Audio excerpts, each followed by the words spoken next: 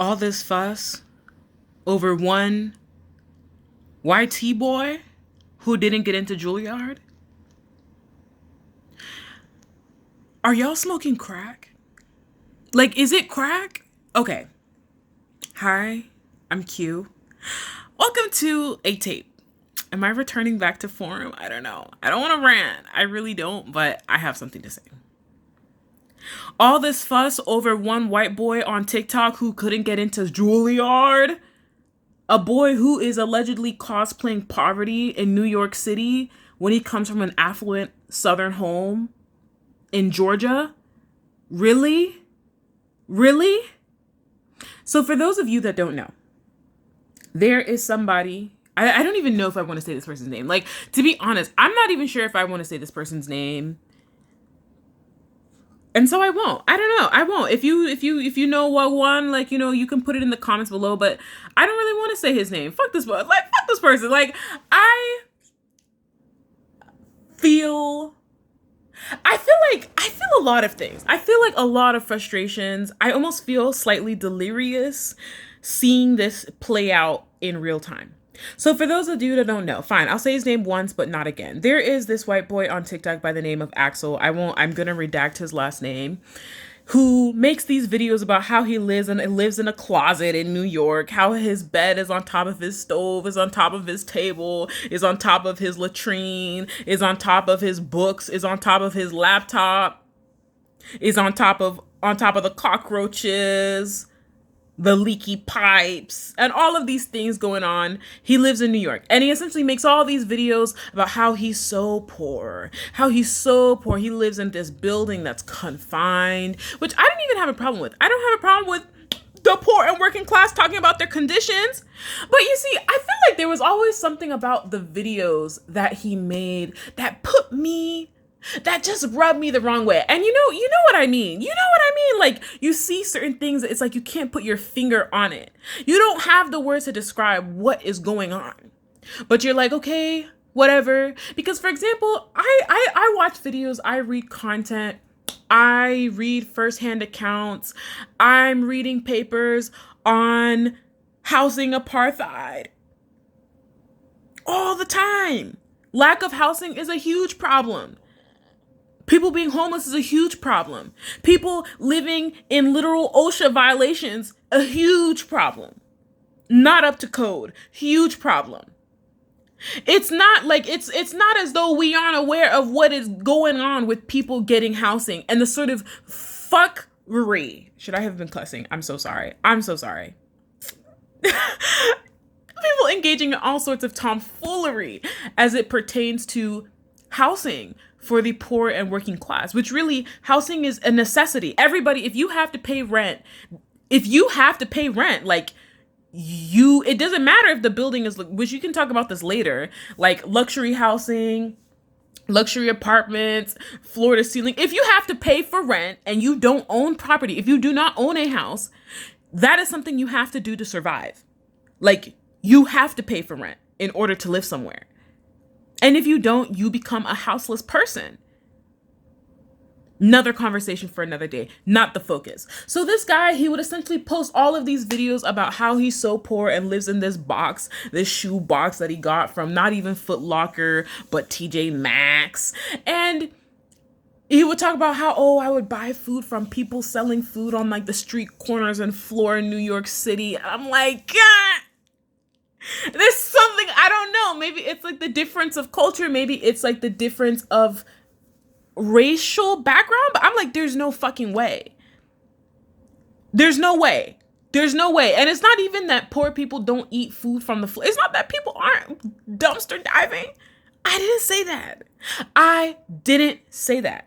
But I feel like there was something about it that just seemed very, I don't want to say comical, but almost like caricature, like almost like mockery, like you're acting as though poor people who live in the slums won't go and beg a grocery store for some fucking food, won't stop by the shelter, won't be waiting for the person giving handouts from their car. Like, I don't know. Is this what you think? Like, so is this what you, I what I'm trying to get to here. I'm like, I feel like I'm coasting a very fine line here because of obviously what I'm saying about this person is alleged, but I just feel like there was something very caricature, very like live that life, but maybe not. And I don't want to say I don't take white people seriously, but I don't know. I want to live from the people who experience the majority of these crimes against humanity, which are not you. A lot of people who live in these slumlord apartments are brown and black people, which if we can just talk about it for a second, they don't get this type of hype. Thousands of people are living like this and nobody cares. But one boy by the name of Axel can go around parading his sorry sap life in New York City. He's not even from New York City. He doesn't, as far as we know, and all those, also, he just deleted like 100 of his videos. Like the only reason why I even know this is from some of his older videos that I went to go watch right before he deleted them. I'm not the only one to peep this, by the way. But I just find it interesting, like, you've never spoken or alluded that your family, you came from a bad family. Like, you can't go back home. You can go back home. You have never alluded to the contrary. And so I feel like that's kind of where I found everything suspicious. And then the Juilliard thing happened because I was just keeping my eye out on everything. And then, of course, other white boys on TikTok were like, oh, does Juilliard have a Yelp review? Does Juilliard have Google reviews?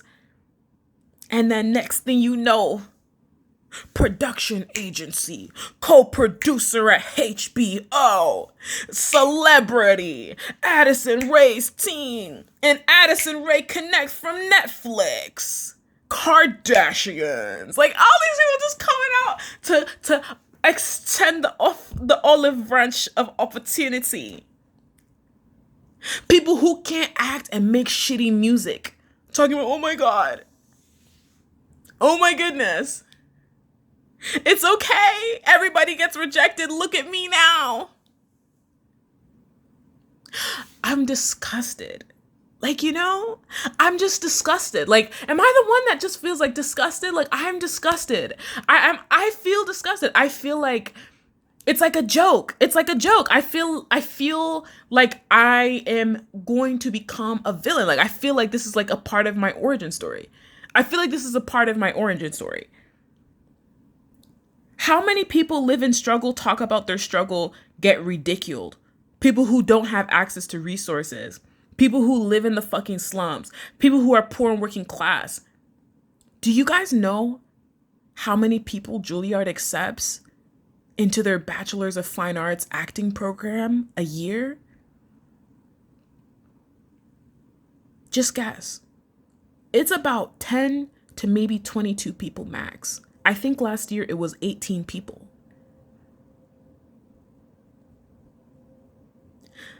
Do you know that I believe 35 to 45% of all Juilliard admits are Caucasian? They are the majority of people that get into Juilliard. They are the majority of lecturers that teach and get positions at Juilliard. I'm deeply disturbed. Like, I'm deeply disturbed. I wish I never saw this, to be honest. I don't want to see people who we know have continuous and exponential, not even like a logistical like increase, like exponential, like almost as though there is no ceiling, there is no limit as to the amount of access to opportunity and privilege that white people get. Where were y'all? Where were you? I think, where are you? Where are all these people who have such proximity to opportunity? What about all these other talented non-white people that make work? I don't even want to say black people that make work. Like, at this point, like, we know what it is. I don't even know what it is I want to say here. It's like, it's not enough for me to just say, oh my God, I'm like talented black people and getting like, no.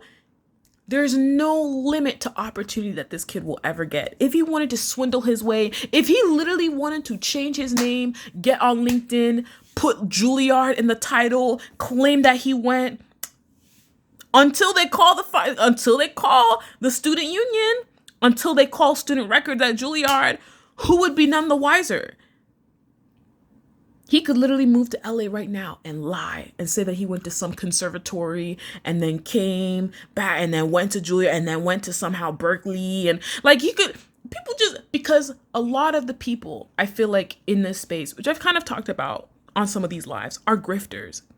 A lot of these creators, a lot of the people we see in like hybrid entertainment and entertainment industry are liars. Some of them are schemers. But most importantly, a lot of people are grifters. It's one story today to Jericho and another story tomorrow to Morocco. All this fuss for a white Caucasian who did not get into Juilliard. By the way, Juilliard has been doing Zoom auditions. Why the fuck did you need to move to New York City for that?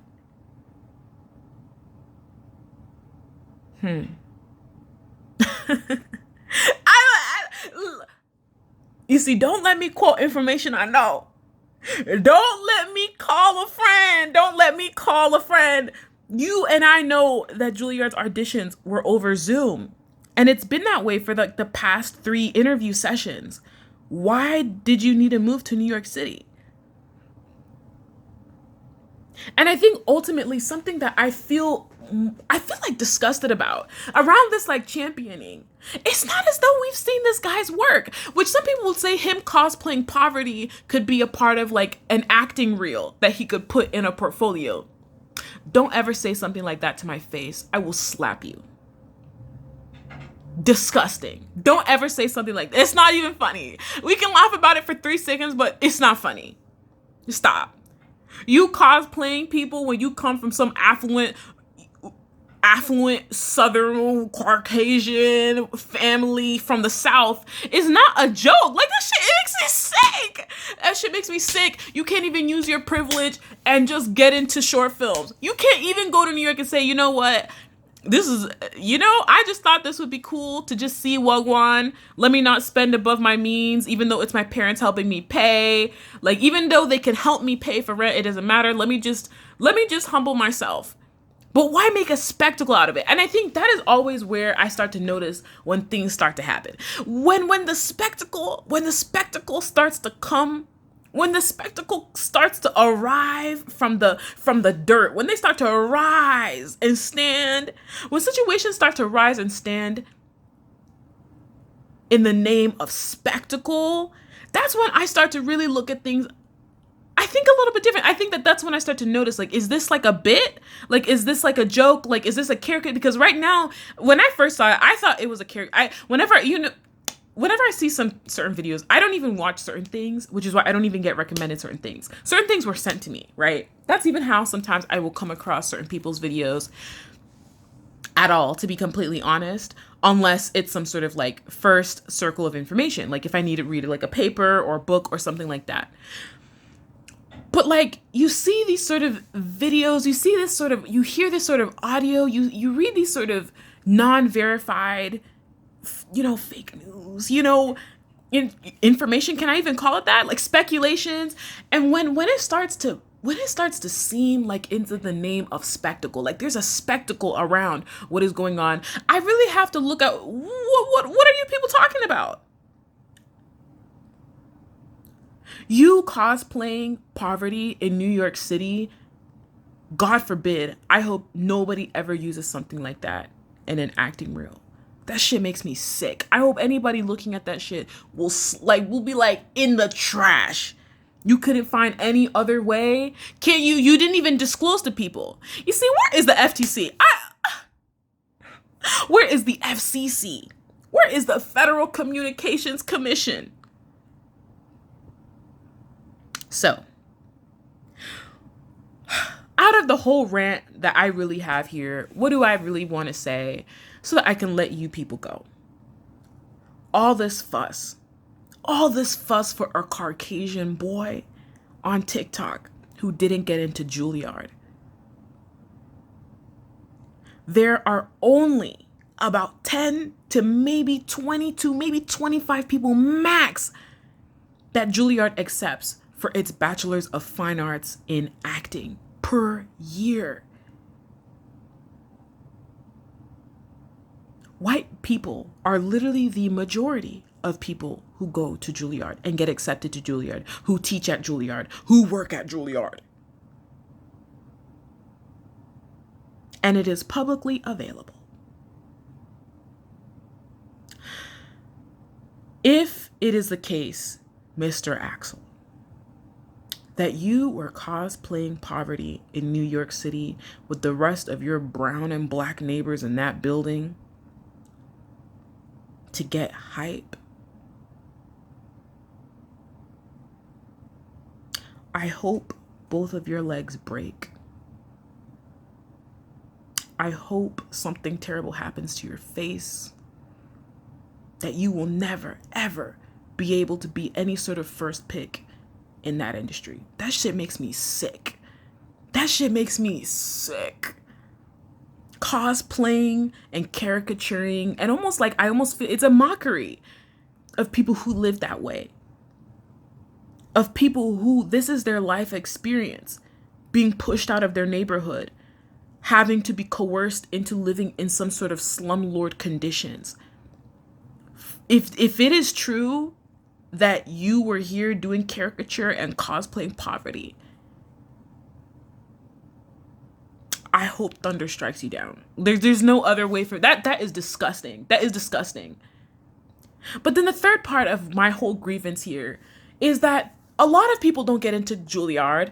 A lot of black people don't. A lot of talented, a lot of exceptional people will never, ever have the access to going to a place like Juilliard.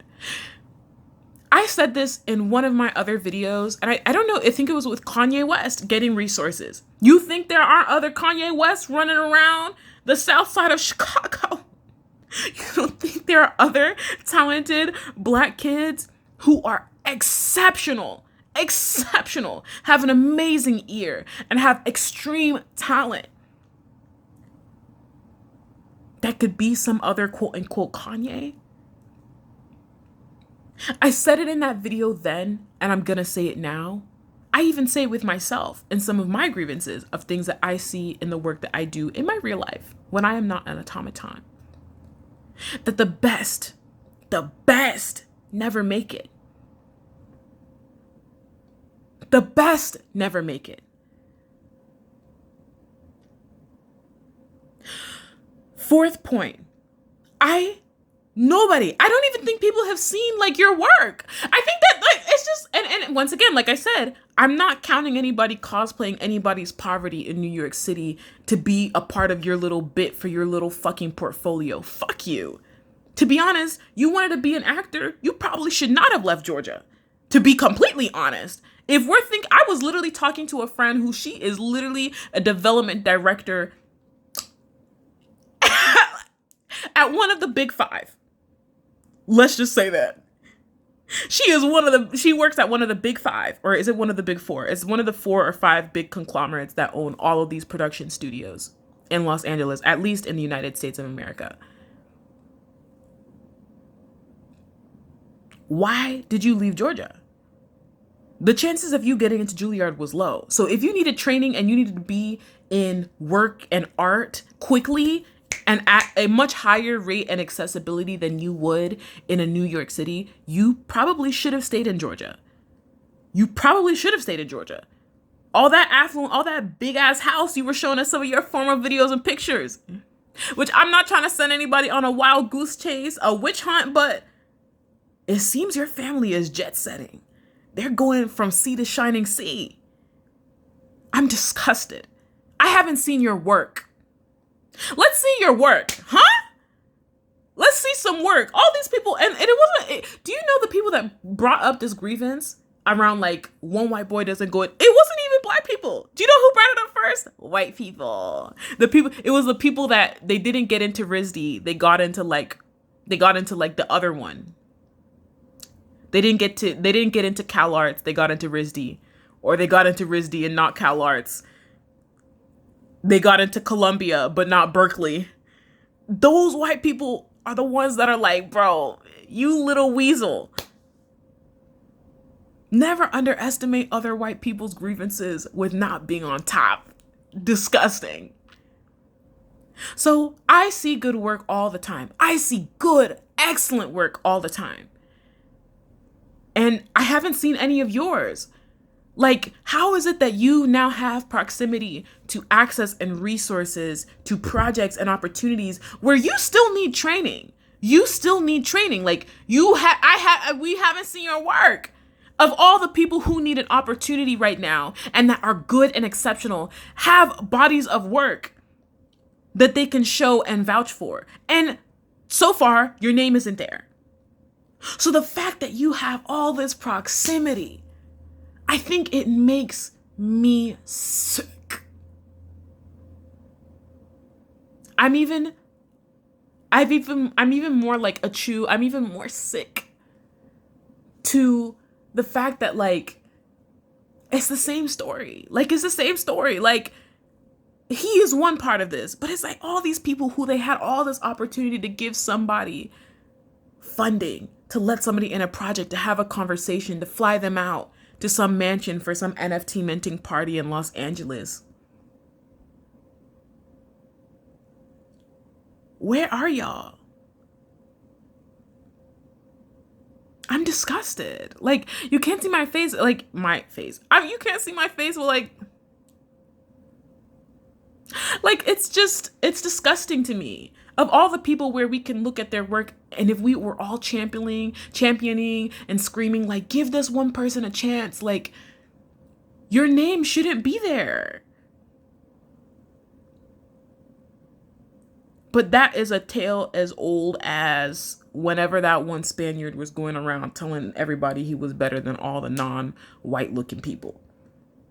The start of white supremacy, eh? It's disgusting. I have one more thing to say, and not about this white boy on TikTok who's grifting his way into opportunities to being an actor. It's sick. I don't even want to say that out loud. It's like, I don't want to, it's like a Tribe Called Quest, like, or actually like the Candyman. I don't want to say it 3 times. Like, you know what I mean? I don't want to say it too many times, you know? I kind of have something to say for, like, non-white creators. Really, I want to talk about Black creators. Because there was that one article that came out about how, out of the top viewed, top subscribed creators, even the Black ones, they weren't even on the top earning list for last year. I have something to say to Black creators, and then I'm going to go. I made a video about how some of you need to fire your little agents. Fire your manager. Your manager is keeping opportunities out of your inbox or out of your purview that could be life-changing and that could change the course of how you were able to earn money, conduct business, and get into some of these projects that you probably will never have access to. I said it in that video. I'm going to say it then. I literally was talking to somebody from Disney about this just like last week. We were having this chat. Yeah, not everybody can just enter any sort of pitch room. Like, that's not real. That's not real. That's not real for anybody. You pretty much need to be hand selected. You need to be, when I say extreme proximity, you would need to be like Sam Levinson. You would need to be the child of like an Oscar winner. You would need to be somebody who has extreme access. So how does that pertain to you? It pertains to you because I feel like some of you have managers that you want them to go the extra mile, and you have all these ideas of things you might want to do, but they are like selling you a dream. They're lying to you. They're not really giving you the true tea on how exactly you could even get into a project like this. And I know for a fact that some of you, your managers are getting emails. I know for a fact, I have like a list, like there are like lists that are being circulated as we speak on certain opportunities that have been approached to some of y'all. You say you want to be a model. You say you want to be an actress. The person you thought was going to help you at Netflix ghosted you. Did you think they were going to get you into a pitch room? Like, I hope, listen, scams on scams. That's all I'm going to say. And delusion on delusion. So I think what I'm trying to say here is, like, some of you Black creators, you are being approached with accessible entry points, legal entry points, non-delusional entry points into hybrid entertainment projects for you to begin and create bodies of work from, that you are refusing to entertain because they don't want to lie to you, because it's something maybe smaller scale. And it's not as small scale as you think. I've talked about this before, but like, if you're a creator and you have massive amounts of distribution, there is so much opportunity. Like, there are ways to get this to one place to the next. And I feel like you don't want to talk to some of those people because they're not your little manager friend that keeps hooking you up with Converse shoes and Cash App deals on Netflix. And any other opportunity that somebody brings to you on what are legitimate ways for you to create bodies of work and have it out there, you don't want to entertain conversations with them because they're not talking about how they're in the frequent flyers club at Delta. I have a message for you. Reject modernity. Reject the modern, embrace tradition. Or maybe actually I would like to flip that. Reject tradition and embrace modernity. Embrace something new. Embrace the fact that you don't need to be swindled by people who look like they're rich and who are telling you about all these people they know, but because they were able to introduce you to your management agency that pays you 6 figures a year, you think you're off the hook for vetting people properly and finding new people to work with. A lot of you are missing opportunity by people who I know are like syndicated. And I know for a fact some of you are getting screwed out of your little deals with your management company that can give you the quick cash today and don't need to guarantee anything for you tomorrow.